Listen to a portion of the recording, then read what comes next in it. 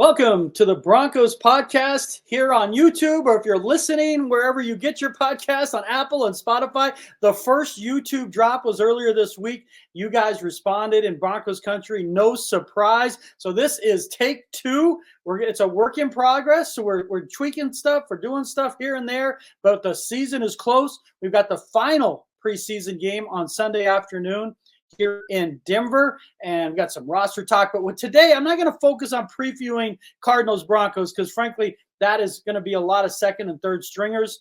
This topic today, I'm going to have a little fun with. Has Sean Payton found his rhythm here in Denver? I think you'd be surprised. And we do have some players to watch who will be on the bubble on Sunday. And what is going on with this flag football beef with Patrick Mahomes? It's just fascinating to me that we're still talking about this a couple of weeks later. But again, Broncos country, you got Bo Nix as your starter, and we got Sean Payton as your coach. Is Sean Payton figuring this out? We'll get to all of that after the break. Have you been hurt in a car wreck or injured at work?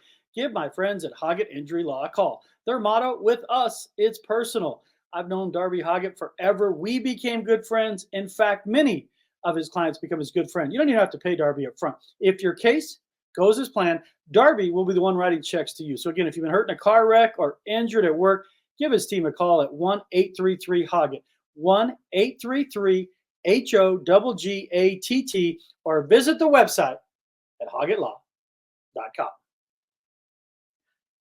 Welcome back to the Broncos pod with Troy Renck. I am your host, Troy Renck from the Denver Post. It's been just an absolutely fantastic sports week here in Colorado. Bo Nix named the starting quarterback of the Broncos. No surprise. If you've been listening to this podcast, you know that I basically anointed him the day they drafted him because he had 61 starts. I joke he played at Auburn with Bo Jackson and at Oregon with Dan Fouts. He's 24. He's ready. He was always going to be ready. The only way you don't start him is somehow his wires crossed mentally where he can't conceptualize a pro offense. But he had 5 coordinators in 5 years. So he figured it out. And the best part of it, he earned it, folks. He earned it. He didn't cut in line. He wasn't the teacher's pet. He went out and played better than Jarrett Stidham and Zach Wilson. I think anyone, you know what your eyes are telling you. And the best part is the second best part of this, Sean Payton then have to rationalize it to the locker room when you're telling everybody you're competing. And then all of a sudden you're like, yeah, but the quarterback's a little different. And he's sort of ready, but we want to play him. It took it out of his hands because I think he was going to start regardless. They'll never say that because of the way they're trying to establish culture and accountability. But it makes it so much easier. It reminds me when I coach youth sports with my kids, you want your sons to be the best players on the team or the worst. Because when they're in the middle, everyone's mad at you all the time because they think they're better than your kid. So you want your kid to be one of the best player or second best player. So it's so obvious. Nobody's like, why is he playing his kid? This was kind of it with Bo Nix. Nobody's wondering why Sean Payton is starting Bo Nix. He was the best. Which brings me to the larger topic of Sean Payton. Last year, when the Broncos hired Sean Payton, they got the coach that was coming off the TV set. This year, they're getting the coach from the Saints. And what do I mean by that? Last year, we got all of the arrogance and very little of the excellence. Because I know people, he drives them crazy. He's irritable. He's grumpy. I don't mind any of it because he's consistent.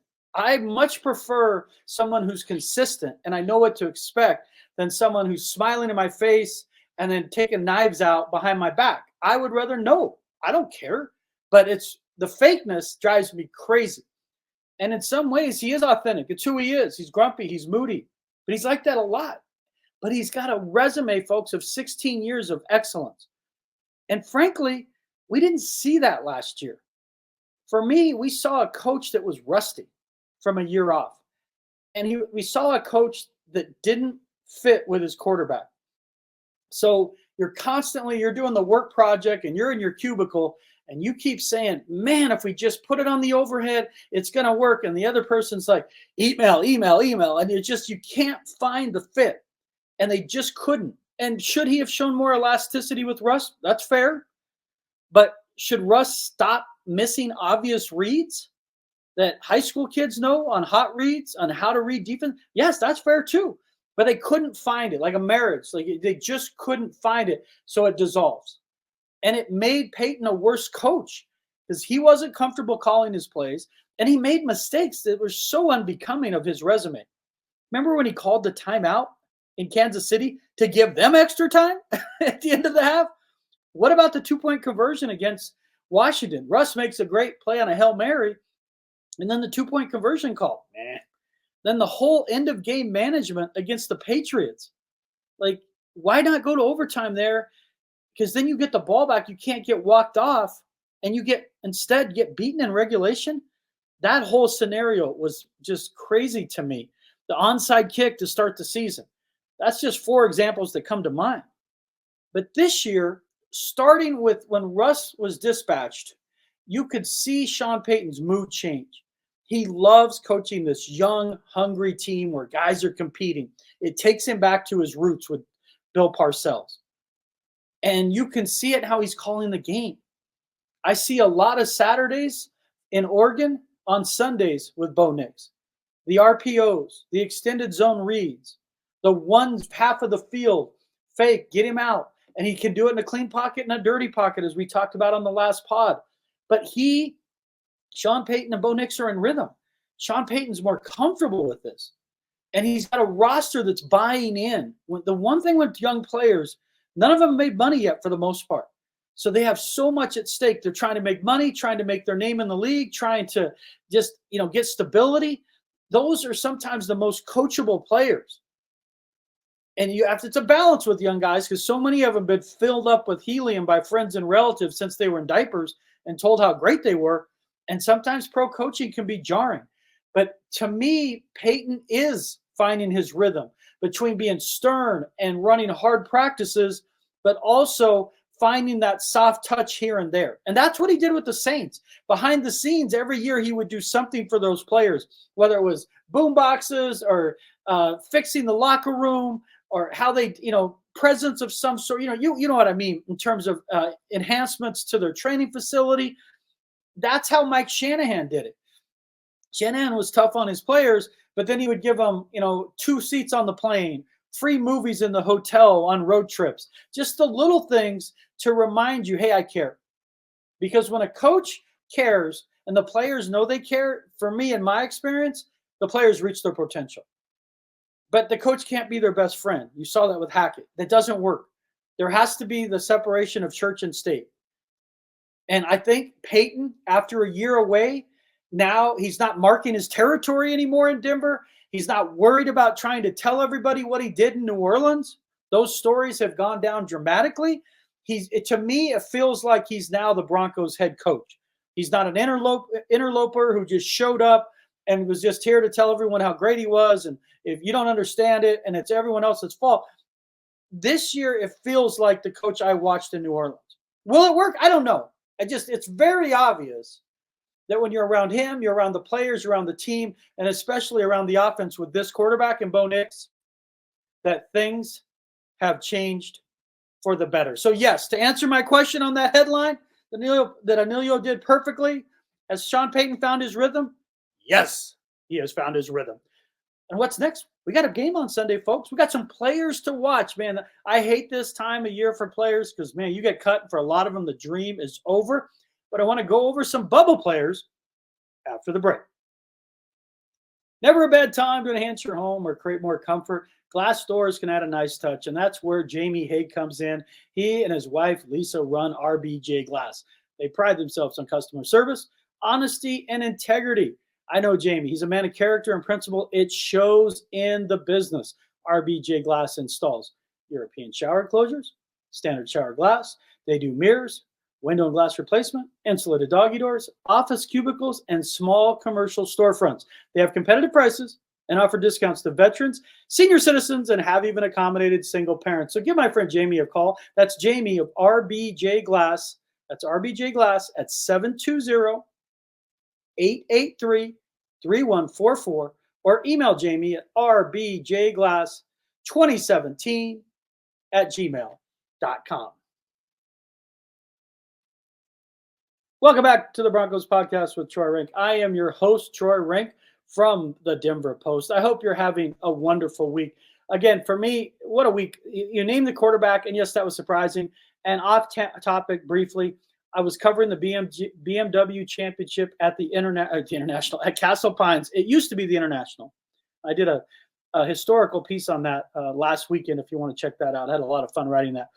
But I was able to get a one-on-one interview with Jack Nicklaus, and he was talking after they did a national anthem and then an unbelievable flyover. And I thought he was going to come down and talk on the driver range, and he ended up just talking up above on the first tee. I was just sitting there hanging out with Garrett Atkins, reliving the glory days of the Rockies and talking about different stuff and his unbelievable recruiting class at UCLA with he and Chase Utley.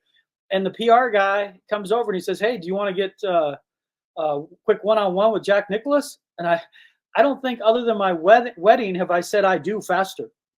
I'm like sprinting over there like Usain Bolt. And Jack Nicklaus proceeded, because he designed the course, he proceeded to go over every hole, 1 through 18, on all the renovations they had made on the course. Then we talked a little bit about the tournament this week. His prediction is if it doesn't rain again, he's thinking 12 under wins it. Rains, he's thinking more in range of a 16 under score. But what a day with the Golden Bear. For me, I mean, you have to understand, I mean, Tiger Woods, I mean, Elio and I were talking about this off air. His peak was probably better than the Golden Bear. But Jack Nicklaus owns the record with 18 majors. And interviewing him was like hitting with Ted Williams or, talking to Tom Brady and a modern day quarterback. He is the greatest golfer for me ever. It's not Hogan. It's not Snead. It's not Arnold Palmer. And again, it's not Tiger Woods because of the full body of work. And Jack Nicklaus, gracious with his time. So what a week for me. I love my job. I always do. But on some days, it's even cooler. And yesterday was cooler. So what a week. You get a starting quarterback for the Broncos who's actually providing hope. And I got to hang out with the Golden Bear. But what about players that aren't Bo Nix, that are sweating it out this week? And there are multiple players that, man, this last game, it's going to be hard. And again, the reason it's harder for NFL guys is there's no minor league. You don't go to AAA. A lot of times these guys clean out the locker last time.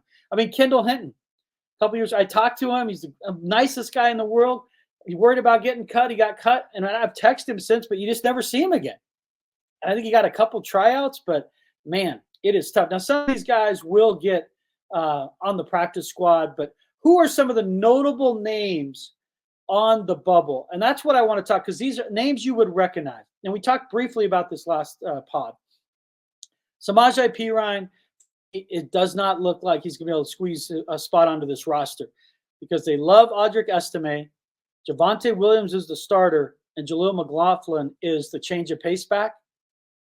I don't know where the room would be for Samaje Perine. And he was nice for them last year, especially in the 2-minute drill. They would miss him, but he's a little bit of a luxury item. I would think they're going to try to trade him if they can. Maybe you can get a 6th, 7th rounder for him. He can help somebody. He can still play. But remember, they're going younger. They're trending younger. And they have 2 backs in Javonte Williams and Estime, who in their mind, we'll see if they're right, can do the same things as Perine. So I think he could be the odd man out. You look on that defensive line, Matt Henningsen, one of the smartest guys in the NFL. Masters in chemical engineering. The guy's brilliant. And he's had a couple of nice years for the Broncos. But he's now on the bubble. And I think he makes it. But Sean Payton has really gone to bat. Enrique. And you remember he was suspended for a year. And he stood by him. And Payton, listen, his daughter works for a gambling site, and he likes to stick it to the league. He doesn't think the league's punishments are fair, certainly, going all the way back to his own punishment for Bountygate. So he's been there and stuck up for Enrique. They could have easily just moved on from him. Can he do enough this week in week 3 to stick? For me, almost have to project it, because Henningsen week 1 would be better. But keep an eye on Henningsen and Enrique. Justin Sternad has just been a gamer. He's one of those guys that survived all the coaching changes. He's a special teams guy from Wake Forest. Missed first year when he broke his wrist, or cartilage in his wrist he tore. But he's just been dependable, smart. I think he makes it because of his special teams value. But another name to keep an eye on there, could he be on the bubble? And then you look at receiver, Lil Jordan Humphrey and Brandon Johnson, both guys who played significant roles at times for the Broncos last year. Lil Jordan Humphrey had one of the best plays, a 52-yard touchdown last year, and Brandon Johnson had 3 touchdowns, including a Hail Mary against Washington. He's a solid player, but last year we were talking about him all the time, making plays in camp, and he's just not there now because Devon Bailey has passed him, frankly, and Tim Patrick's healthy. So 2 guys have moved up. Those are 2 guys I would expect to make it. And it does stink for Johnson and Lil Jordan Humphrey in this regard. They both outplayed Troy Franklin, but I don't see the Broncos cutting Troy Franklin. They have a vision for him that I'm sure, as we've talked about, starts with next year, and then maybe by year 3 he's an impact guy. He would have to be, frankly, or he wouldn't be on the team. But I do believe both Lil Jordan Humphrey and Brandon Johnson will clear waivers and land on the practice squad. And the way Sean Payton manipulates the practice squad and promoting guys right from practice squad to second or third on the depth chart, I'm not ready to give up them making an impact, but I don't see them making the final 53. Again, and a lot of this insight, too, is from my man, Parker Gabriel. He is amazing. He's out there every day. He and Ryan McFadden, if you're not reading him in the post, you should be. I'm not out there every day. I will be again here soon, but because of the golf tournament, I've been doing a lot of work, and college football work I've been doing, preparing for stuff we have coming out as advanced work. But I'll be back out there every day. I'm not right now because of my schedule. So I depend on the expertise of guys like Parker and Ryan. And Parker, again, they're both amazing. Parker's on top of it. I just can't tell you how much. And we looked at cornerback when he and I were talking about this morning. And I'll have him back on the pod, he and Ryan both. But I think Levi Wallace will make it. He went from being the starter to then he gets hurt, can't make the club in the tub. Well, I think he makes it. What's interesting is, you have Pat, you have Jaquan McMillan, you have Riley Moss as the starter opposite of Pat. Chris Abrams-Drain has been really good. You take 6 cornerbacks. Does that leave Wallace on the team or 4 safeties? That's where it gets a little dicey. A little dicey for me. But when you're talking about notable names to keep an eye on the bubble cut, Samaje Perine, Matt Henningsen, Ini Awazerike, Justin Strnad, who I do think makes it, Lil Jordan Humphrey, Brandon Johnson, and maybe one of the cornerbacks. And could that be a guy like Levi Wallace? But that makes it interesting. And I ache for those guys because I know people like, they're extras and they're backups. It's just, in the NFL, it ends so abruptly. Your dream is over and you don't go to AAA. And you go from everything in your life you poured into being a professional athlete, and it ends. It's similar to the college experience for a lot of guys, but you have to understand, guys who are playing at this level, for the most part, always been the best players on their teams their whole life.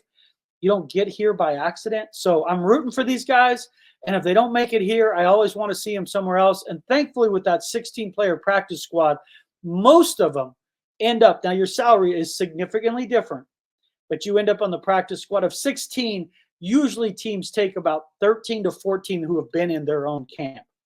So keep an eye on those names and who's going to make it. And we will end today's pod with a semi-fun topic of, and I'm not even going to say his name, this flag football quarterback who keeps going after Patrick Mahomes. And this guy's like the best men's flag football quarterback. And it's the context of the 2028, we're going to see flag football in the Olympics. And this guy keeps picking this fight with Patrick Mahomes, saying he's better. That, yeah, Patrick Mahomes is in the NFL, but he wouldn't be as good at flag football as this dude. Wait, what? What are you talking about? That every time this guy speaks, he just continues to show his ass. Like, stop it. You're an idiot. It would be like if you play slow pitch softball and Aaron Judge shows up and you're like, yeah, he's really good with the Yankees. He's got 48 home runs. He's on pace for 148 RBIs and might get to 60 home runs again. But slow pitch softball, he's never really played, and I'm pretty good at it. He's better. He's a better athlete. He's a professional athlete. Like, I get it. You're great at flag football. I coach flag football with my kids before they play tackle. It is a little bit unique, but all these guys grew up playing 7-on-7. which is very similar to flag football. And you keep talking about this like you're a better athlete. I watched you throw. Your arm angle looks like Kent Tekulve from the Pirates in the 70s. Are you throwing from your hip? Like, what are you talking? Do you watch the NFL ever? Like once? Like, appreciate, and I do, that you're really good at what you do at flag football. But please, for the love of God, stop talking about NFL players, because the only way you would be on a flag football team in the Olympics in 2028 is if every player in the NFL decided not to play. So here's all the players, and then none of them play, and then you get to play. Otherwise, stop talking. It's Patrick Mahomes. He could go down as the greatest football player ever. You're not better than him. Every time I see this guy tweet, if it was for clout initially, it's funny. I get it. It's a shtick. Now it's not. It's just annoying. You're not that guy. You're not him. You're the flag football player. And if he decides to play flag football, he's better the second he walks over there. So anyway, that's my rant for the day. So these are things we have time to talk about before the actual season starts. Again, thank you to my sponsors, Mile High Sports. I could not do this without them. They're the reason I moved over. I'm their insider. I'm on their shows every Tuesday and Thursday with Bruce and Eric, and we'll get a schedule going for with Sandy and Sean Drotar. Well, I'll get that tweeted out to you guys. But I could not do this without the support of Emilio and, of course, Nate Lundy and my sponsors.